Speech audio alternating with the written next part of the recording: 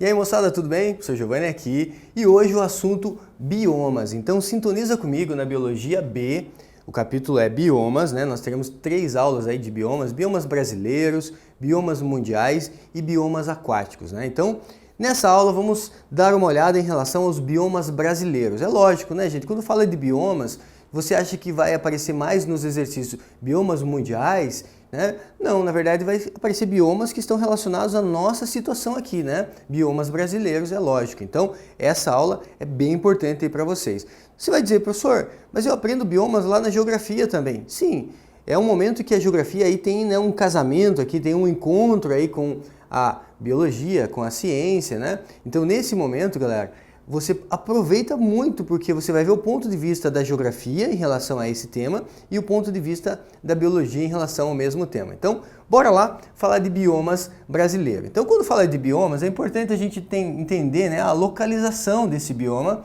Primeiro a gente vai falar então da localização, depois das características de cada um desses biomas. Então nós temos o quê? Nós temos um bioma costeiro, que tá nessa faixa aqui, né, que eu coloquei para vocês em rosa, que é o mangue, né, o manguezal. Os manguezais são biomas costeiros, certo? Interessante dizer que o manguezal ele faz aqui, né, uma zona de transição. Ao mesmo tempo que ele é um bioma, gente, ele também é um ecótono, né? Por quê? Porque ele é uma zona de transição entre o ambiente aquático, seja esse ambiente aquático o rio, o mar e o ambiente terrestre. Então ele é uma região de elevada biodiversidade. Legal? Então tá aí, os manguezais. Aí vem o quê? Vem o cerrado, né? O cerrado, um bioma muito interessante, um bioma muito importante e a gente considera que o cerrado ele é um hotspot. Senhor, o que é um hotspot? São grandes biomas que têm elevada biodiversidade, mas o quê? Mas foram devastados, né? Então, sobra o quê? Daqui a pouco a gente vai ver o que sobrou do cerrado e o que está acontecendo no cerrado em relação, né, ele ser um bioma tão devastado, né, mas daqui a pouco a gente fala mais sobre ele. Aí nós temos um outro bioma que está aqui, que é o Pantanal, né? Então, o Pantanal também tem suas características, né, em relação ao Pantanal. Daqui a pouco a gente fala mais sobre ele. O que mais que nós temos? Temos a Amazônia, né, que é floresta amazônica. Então, floresta amazônica também um bioma, está aqui destacado para vocês. Nós temos aqui a Caatinga. Caatinga, a tradução de Caatinga significa mata branca, né? Então, a Caatinga, que é o nosso semiárido. Então, eu poderia dizer duas coisas interessantes aqui, né? O cerrado é como se fosse a savana brasileira, né? Anota isso, que isso vai aparecer nos exercícios. O cerrado é a nossa savana brasileira. E a Caatinga, ela é aí como se fosse o nosso semiárido. Então, tá aí. E aí nós temos a Mata Atlântica.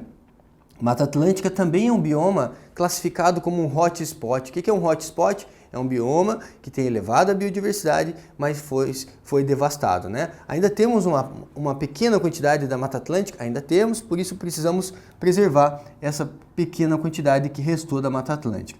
Dentro da Mata Atlântica, nós encontramos um bioma, que é a floresta de araucária, ou Mata das Araucárias, que é típica aqui, né? Mais da região sul, certo? Então, às vezes a gente fala só de Mata Atlântica e não fala da Mata das Araucárias. Por quê? Porque acaba entrando dentro da Mata Atlântica.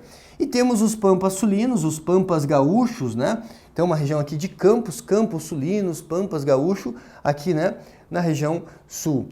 E, para não deixar, né, de lado, aqui nessa região, entre a Amazônia, entre o Cerrado e a Caatinga, tem uma região aqui, ó, que é chamada Mata dos Cocais, né? Então, Mata dos Cocais também entra, já que esse vídeo vai para o Brasil inteiro, né? Não posso deixar, vai que você vai falar aí no vídeo, ah, professor, esqueceu de falar Mata dos Cocais. Então tá aqui, Mata dos Cocais. Legal? Então tá aí, gente, são esses os biomas, certo? Eu não vou falar de todos eles, mas vou falar dos principais.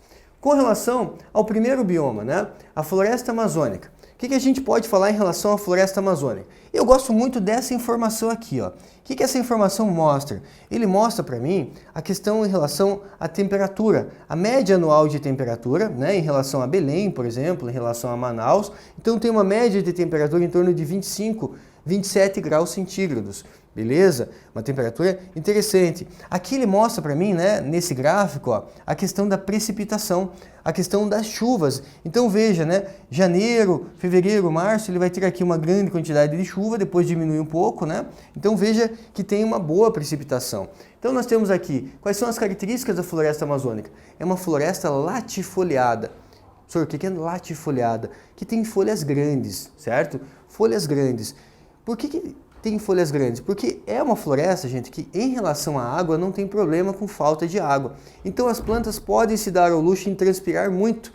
Transpirando muito, ela consegue repor a água. Então as folhas são grandes. Tem uma grande quantidade aqui de evapotranspiração e a chuva considerável, né? Nós temos os rios voadores que formam aqui em cima, né, da floresta amazônica. As raízes não são profundas e expandem-se lateralmente. Agora uma coisa chama atenção, tá, gente? O solo da floresta amazônica é um solo pobre. Quando eu falo isso, muita gente fica pensando, mas como que pode ser um solo pobre se a floresta é exuberante? Veja, é um solo pobre, gente, porque é um solo raso, e um solo pobre. Mas um fruto que cai, uma folha que cai nesse solo, esse solo ele tem uma grande reciclagem da matéria, porque tem aqui uma grande quantidade de fungos e bactérias que são agentes decompositores. Então uma folha que cai nesse solo, rapidamente ele sofre a reciclagem. E como ele sofre a reciclagem, rapidamente essa matéria volta a ficar disponível para esses vegetais, para que eles possam absorver ali os sais minerais. Então, fungos e bactérias decompõem a matéria orgânica e disponibilizam substâncias inorgânicas novamente para os vegetais, para esses organismos que vivem ali. Então, como tem uma alta reciclagem da matéria, olha só, né? Gostou do movimento aqui? Tem uma alta reciclagem da matéria, vai garantir o quê? Que tem uma floresta exuberante. Por isso, gente, que desmatar a Amazônia é um problema sério, porque a Amazônia ela tem potencial para virar deserto. Já que o solo é pobre, tem potencial para virar deserto. Se você analisar o mapa mundi, né, e analisar os grandes desertos que tem em relação ao nosso planeta, você vai ver que a floresta amazônica está ali mais ou menos na mesma latitude, ou seja, é uma região com potencial para deserto. Professor, por que não é deserto? Porque ainda, né, a gente tem ali uma grande área e também é uma região que tem uma grande quantidade de rios, é muito irrigada. Isso garante, né, também a exuberância dessa floresta. Legal, gente? O que mais que a gente pode falar? Observe que tem vários estratos, né? Então tem várias camadas, ó. Vários estratos, então tem pequenos vegetais, daí tem o que? Tem vegetais um pouquinho maiores, até chegar mais ou menos a 50 metros de altura, que é o dossel da floresta. E veja que esse dossel da floresta, praticamente ele fecha aqui, fazendo com que a luz quase não chegue lá na superfície. Então plantinhas quase que não ficam na superfície. É interessante ficar lá na copa das árvores. Então aqui tem muito epifitismo. O que é o epifitismo? Bromélias e orquídeas usam outras plantas como suporte. Então, beleza? Aí nós temos as características, né? Olha essa animação aqui, né? Começa lá, né, em 2001, 2002, veja que algumas áreas vão desaparecendo até 2005, olha só. 2005 você consegue perceber, em pouco tempo, do ano de 2000 a 2005, você consegue perceber algumas áreas sumindo. Nossa, professor, mas num intervalo tão pequeno, sim, num intervalo tão pequeno a gente consegue, né, perceber algumas áreas desaparecendo. Então isso, né, precisa ser monitorado, precisa ser acompanhado. É uma floresta riquíssima, gente. A quantidade de matéria-prima que deve ter, né, nessa floresta, então o mundo inteiro fica de olho. O mundo inteiro também tem interesse que ao mesmo tempo que possa explorar isso, possa manter essa biodiversidade, né? Por quê? Porque isso aqui garante, gente, se a gente desmatar a Amazônia, aqui, ó, evapora muita água. Como evapora muita água, vai formando os rios voadores aqui em cima da floresta amazônica. E isso garante o quê? Garante distribuição de chuva para uma boa parte do território brasileiro. Legal? Então, tá aí, né, floresta amazônica, o primeiro bioma. Segundo, Mata Atlântica. Em relação à Mata Atlântica, eu falei que esse gráfico aqui, eu acho ele show de bola, né? Temperatura média da Mata Atlântica agora já é um pouco mais baixa em relação à floresta amazônica, 21 graus, né? E aí a questão de precipitação, né? Tem uma boa precipitação, só mais ou menos ali em torno de junho, julho diminui, mas depois volta. Então é uma floresta também que tem uma boa quantidade de chuva, certo? O que eu preciso falar para vocês em relação à Mata Atlântica? É um bioma que foi devastado, que foi completamente fragmentado. De 100% da Mata Atlântica, quanto resta? Em torno de 5%, em torno de 7%. Ou seja, resta pouco. É lógico, como o território brasileiro ele é considerável, se falar 5%, ainda é algo assim, né? Uma quantidade considerável, mas, cara, sobrou só 5%, 7%, beleza? Então a Mata Atlântica é um bioma que tem elevado endemismo de flora, isso aparece nos exercícios. Elevado endemismo de flora quer dizer, tem plantas endêmicas, plantas que a gente só encontra aqui. beleza? Então tá aí, elevado endemismo de flora. Com relação, gente, os acidentes que nós tivemos aí, né, em relação a biomas aqui no Brasil, esse bioma sofreu muito aqui, né, com as barragens, né, que romperam. Esse bioma, ele foi muito, né, sofreu muito nesses últimos impactos aí ambientais que nós tivemos em relação à quebra, né, queda das barragens, certo? Então, quando algum exercício falar de queda da barragem lá de Brumadinho, né, então, geralmente, a questão vai levar para bioma. Então, se falar de bioma, você já sabe, esse bioma sofreu muito, né, com relação a Brumadinho, com relação lá a Mariana, beleza? Então tá aqui, ó.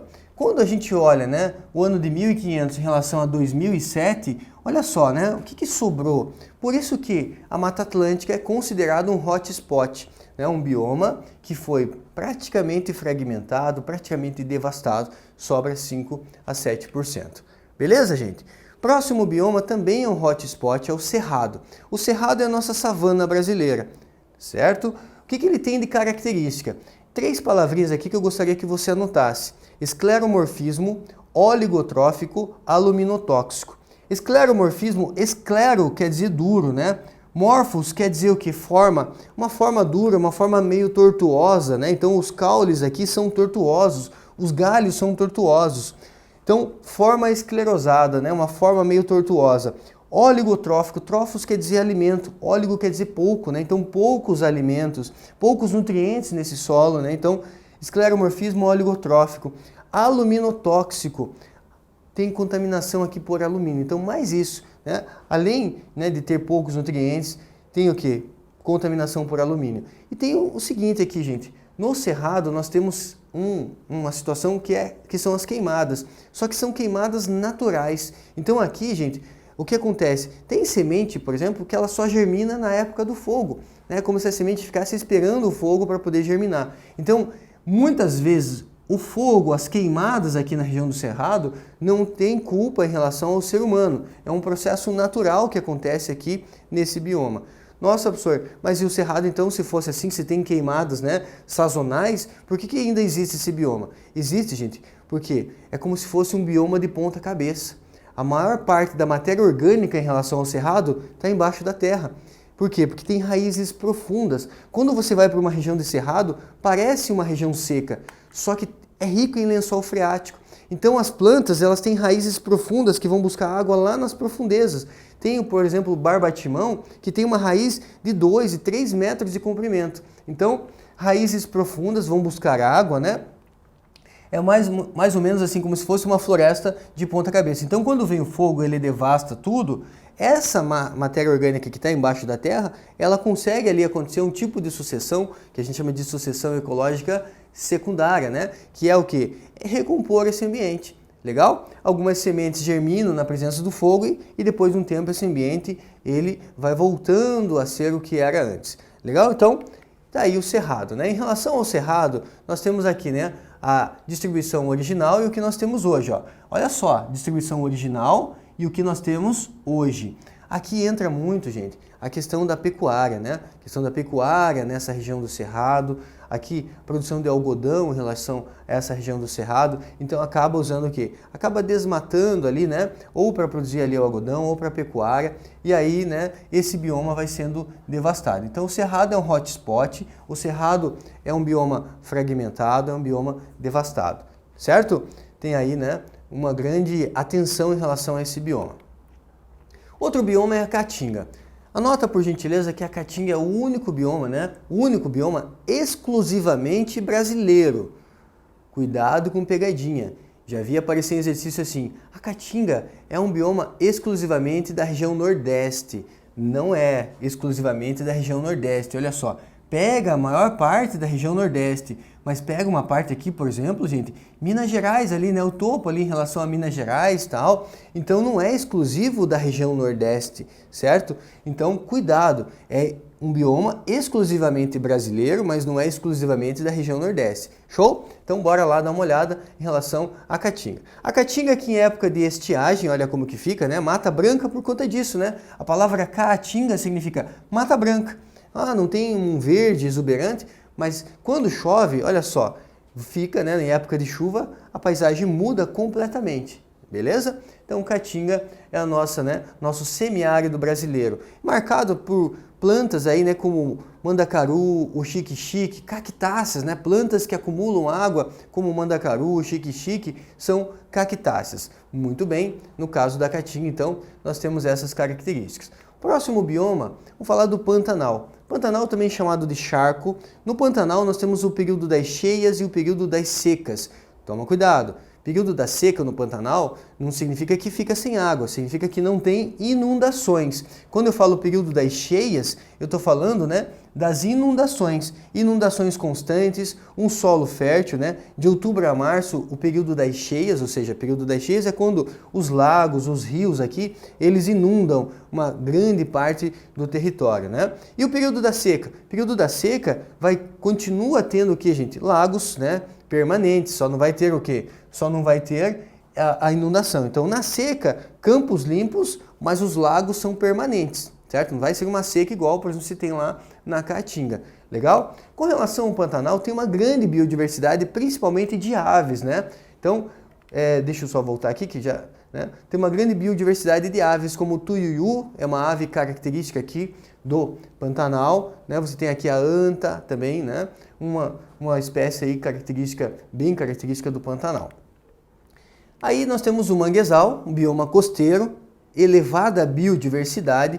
Muitas espécies usam o manguezal como um berçário, né, para espécies aí marinhas, então um depurador também de poluição dos rios. Então, um bioma bem interessante, galera. Olha só que interessante aqui, esse tipo de raiz, a gente chama de raiz escora ou raiz suporte. Por quê, professor? Porque o solo é lodoso, o solo é instável. Então, se eu fosse uma planta, seria interessante eu ter o quê? Raízes que me ajudam a escorar. Essas raízes, elas acabam saindo do caule. E raiz que surge a partir do caule, a gente chama de raiz adventícia. Então, ela ajuda a dar um suporte, certo? Outra coisa, esse solo é pobre em oxigênio. Então, aqui acontece raízes respiratórias. As raízes, elas saem para fora, né, aqui do solo para poder pegar esse oxigênio atmosférico. E esse oxigênio atmosférico é captado então por raízes chamadas de pneumatóforos, certo? Então, são essas características em relação ao manguezal. Bora dar uma olhada então nos exercícios? 2 exercícios aí para fechar essa aula. Com base no fragmento de texto a seguir, responda. O termo hotspot é utilizado para designar lugares que apresentam uma grande riqueza natural e uma elevada biodiversidade, mas que, no entanto, encontram-se ameaçados de extinção ou que passam por um corrente processo de degradação. Trata-se dos lugares do planeta onde a conservação de suas feições naturais se faz muito urgente. A criação do conceito de hotspot surgiu a partir de uma necessidade, fruto da seguinte problematização recorrente entre ecologistas, né? Com tantas áreas naturais existentes no planeta, quais seriam os pontos de maior diversidade ameaçados de extinção e que precisam ser mais urgentemente conservados, certo?